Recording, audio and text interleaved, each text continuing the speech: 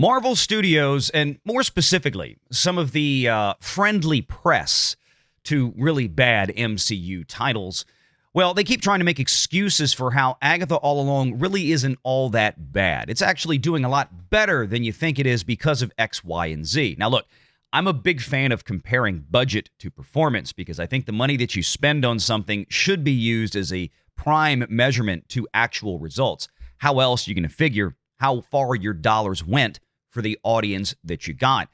But it comes down to a question of what really were the dollars. And when it comes to most of the productions that go on to things like streaming, it's usually very difficult to tell. But yet, here we are again talking about Agatha All Along because we still really don't know what it cost, even though some out there are suggesting that we do.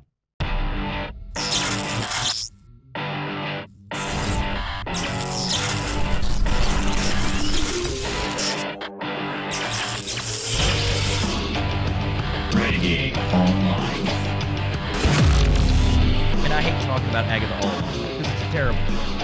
I realize there's an audience for it out there, and that's fine and dandy, but there is something that I do want to address with this.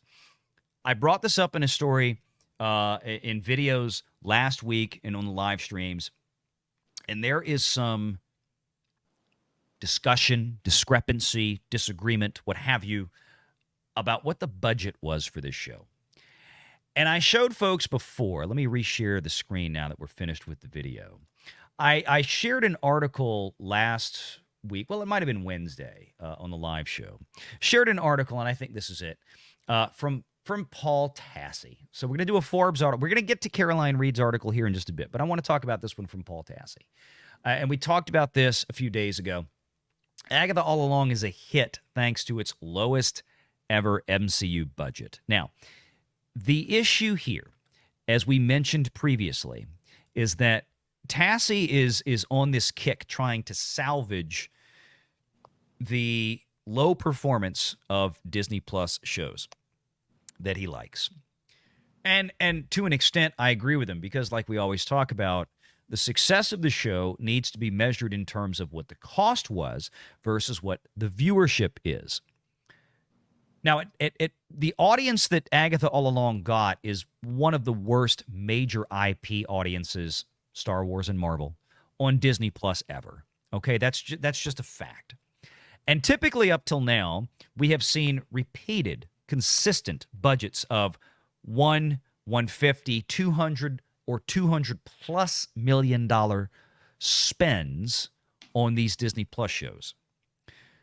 Now, earlier this year, Paul Tassi had an article that we had in a previous video where he said back in January that Echo was a $40 million show for those 5 episodes of Echo, or 6 episodes. It was either 5 or 6. It was one of the shortest number of show or episodes for a Disney Plus show. Paul Tassi did not tell us where that $40 million figure came from. He just said, I heard. From whom? Okay, what are we talking about here? From where did this data come from? Don't know. So he had this article recently talking about how Agatha was even cheaper, right? It was even cheaper than Echo. So he's trying to suggest that Agatha All Along, with I think 8 episodes, came in at maybe $30 million for its total budget. Again, his speculation. There was an updated article that I want to pull up here. I believe it's right here from Variety Magazine. And I'm going to preface this with, hey, if I'm wrong, I'll be happy to admit I was wrong. But we do need to talk about this because I still have a lot of questions on this one. Marvel's Brad Winderbaum talks the success of Agatha All Along, making future shows on a reasonable budget. So there's a lot of interesting things he says here, but we've got to take it piece by piece. Agatha All Along is off to a strong start on Disney Plus. Strong start.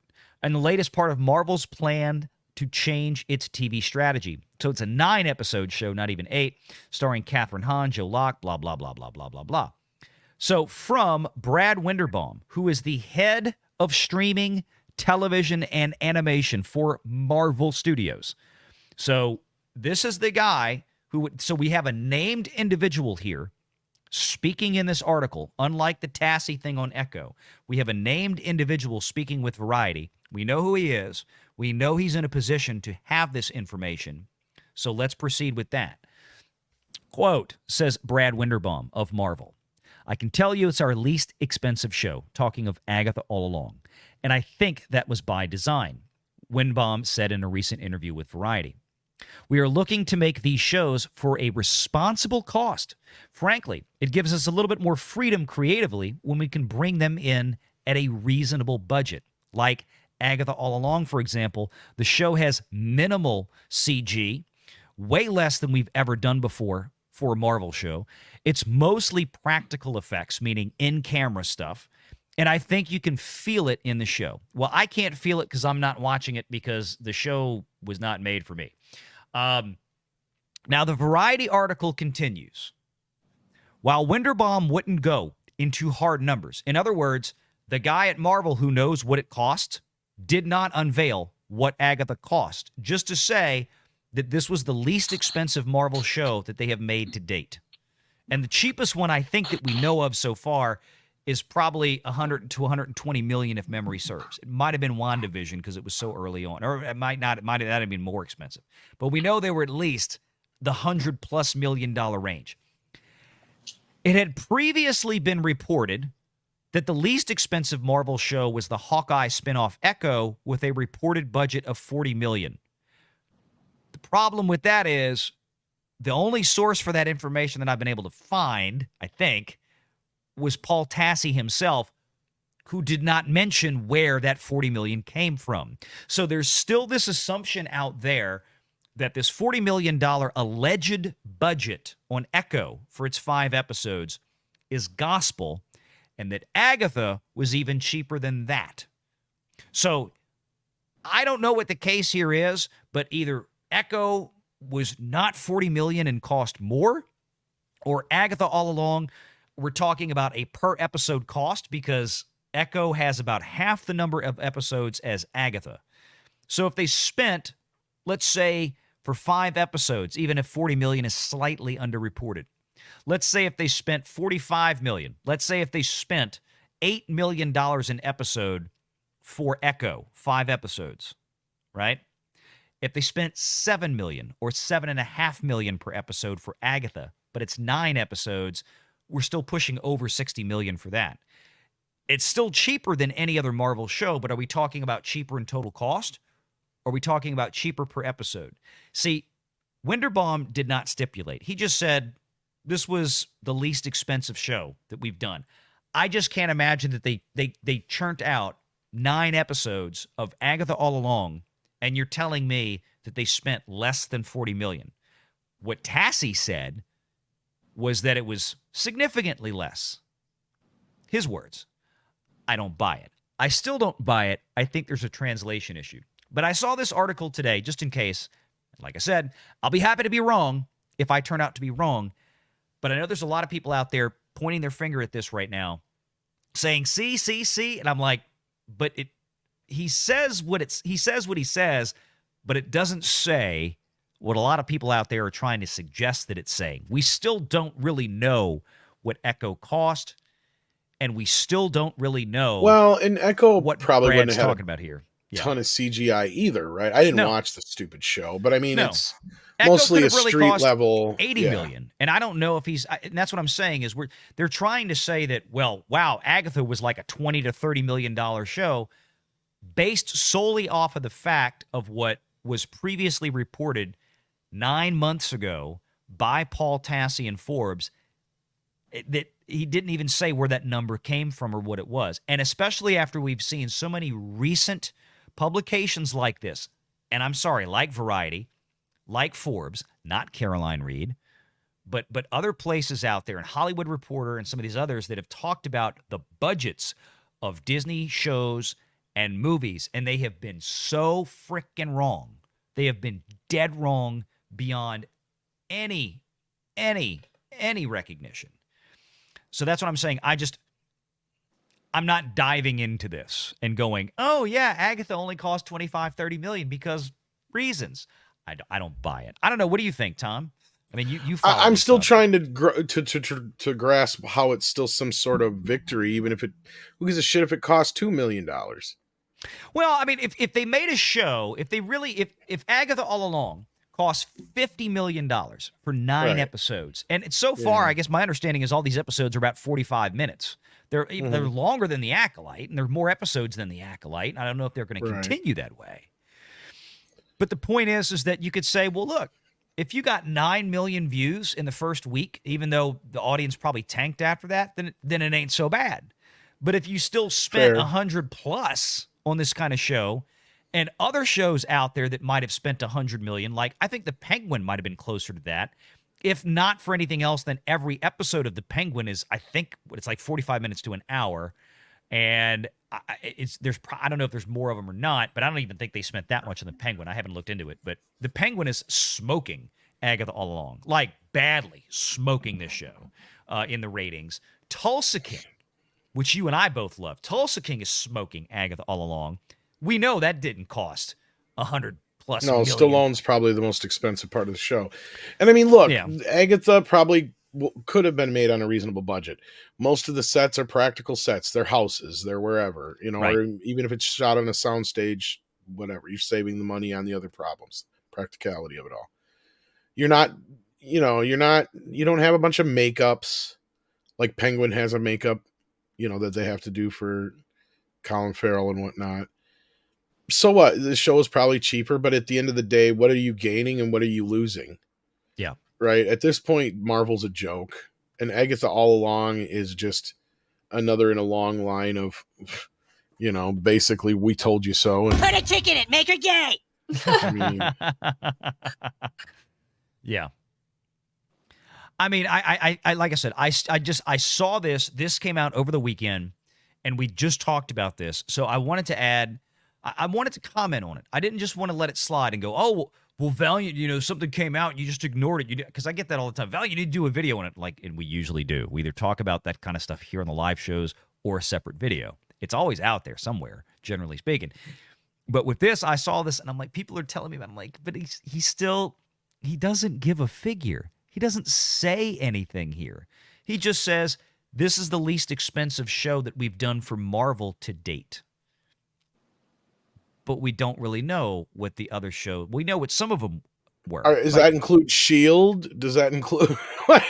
Well, I don't know, because I don't know if that was really part of Marvel streaming. Agents of S.H.I.E.L.D. I have no idea. But I mean, we know things like Secret Invasion. I'm just being a bit facetious, no, but still. I get it. But here's the thing, and I want to give Disney and Marvel credit where credit is due. We always want to be fair here, right? People think that we just, everything we do is just jumping on Disney and all this kind of stuff no matter what. No, if Disney is really turning things around, if specifically Marvel, let's stick with Marvel for a second. If Marvel, and certainly Pixar seemed to have a turnaround this summer with Inside Out 2, if they are turning things around from a business standpoint, where they are, as it's said here by Winderbaum, who is head of Marvel's television and streaming, that we're really trying to rein in the budgets of these streaming shows. They know they have to, because it's also an admission of failure for all the streaming shows on Marvel that have come before them. If the Marvel streaming shows, Secret Invasion and Hawkeye and Echo and Moon Knight, and let's go on down the list, if all of these streaming shows, or even most of them, had been extremely successful for Disney in terms of bringing new eyeballs to Disney Plus, increasing ad revenue, which they've now had for roughly a year, if all these shows had been really successful in that regard, why would they then be cutting the number of productions per year back and radically slashing the budgets? The answer is they wouldn't. They're doing it because these shows have been abject failures at the scale, the financial scale at which they've been making them. So that's the takeaway from this article for me, is that everything that like Tom, like you and I have talked about, that Andre's talked about, Pro's talked about, all of us out here, Culture Casino, we all know that these shows were way over budgeted, way overspent, because Disney thought didn't matter what they did, they could do no wrong. Everybody would show up because it's Marvel, and they were sheep, consumed product. And by the time they figured out that the audience had left the building, they had already committed to literally billions and billions and billions, probably $4 or $5 billion at least collectively since the end of Endgame on Marvel alone, and it basically got flushed down the toilet. So I can't see this anything else. My takeaway from this article is this is an admission of, yeah, you guys out there on YouTube, y'all were right. Well, and we kind of could have told them that. We already did told them that. Yeah. But I mean, anybody who even looked at this, I mean, and this is kind of where I know Zaslav, and I'm not trying to turn this into like some Zaslav, like, no, I got love you. stream or anything like that. But why he kind of knew they couldn't just have these shows be for HBO Max anymore, because I'll never call it just Max. It makes no sense. And that's why the Penguin and Game of Thrones and all these other shows have been for both HBO Max and HBO Standard, because even when HBO was at its height, right, which they were bringing in close to, I think, like $7-8 billion a year annually, roughly in the mid 2000s is what I saw here looking it up. Yeah. So I mean, comparatively to like what Netflix, who's the top, the top of the mountain right now, they make about 25 billion annually right now. Right. So you add in the inflation, you do all the factors in and out. Even then, HBO couldn't afford to keep shows going like Deadwood. Right. Like they had to cancel it because it was just too expensive. Show. And they had plenty of people watching it. That wasn't the problem. The problem was it's just the show was too expensive and they just couldn't afford it. Yeah. Right. So at this point, this is what I'm saying is like, how are these, and we know the answer because this is what you guys do, how they amortize all this other stuff to pay for these streaming shows that are basically nothing but loss leaders at the end of the day. This is what I don't understand. And this is how Netflix got to where they were at, because all their earlier shows were cheap shit. Right. It wasn't until you start getting into Stranger Things and some of the other stuff where they started doing a bit more prestigious television. It was everybody else around them who was doing the more prestigious television. Netflix still hasn't spent the kind of money on a TV show that Disney has or Warner Brother has. I mean, the amount of money they're spending on these is insane. And if you're just sitting there patting yourself on the back because you spent $40 million on a failure, pardon my French, but that is nothing to be celebrating. Yeah. Yeah. I mean, really, at the end of the day, I don't care if it was 40 million, 20 million, 200 million. That's my point, is like, unless you're getting the solid people signing up and the actual audience there to watch it, nobody cares. At the end of the day, it's nothing but a money pit. That's it. And I think Deadwood's a great example. And I've heard that brought up a number of times this week. It might've been by you. Yeah, probably. As a show that was amazing, incredibly well written, an incredible cast, win awards and everything. Yeah, Emmy awards across the board. Ian McShane, starring in it. Rome is another example of this. Yeah, and it's like these were great shows, but they cost a fortune, and they couldn't get enough of an audience to kind of just jump into it for one reason or another. But they were extremely well made. And even like Deadwood, it wasn't even that they didn't have the audience. Like I said, it's just HBO could not maintain the cost of the show. It was just too big for them. And even when they, with everything else they had going on, they couldn't. It was either that or cut off 3 or 4 other shows. Right. At that point, it's like, well, of course, Deadwood's got to go, sadly. But yeah. Make sure you're subscribed to Valiant Renegade and join us every Sunday at 6 p.m. Eastern for the live show.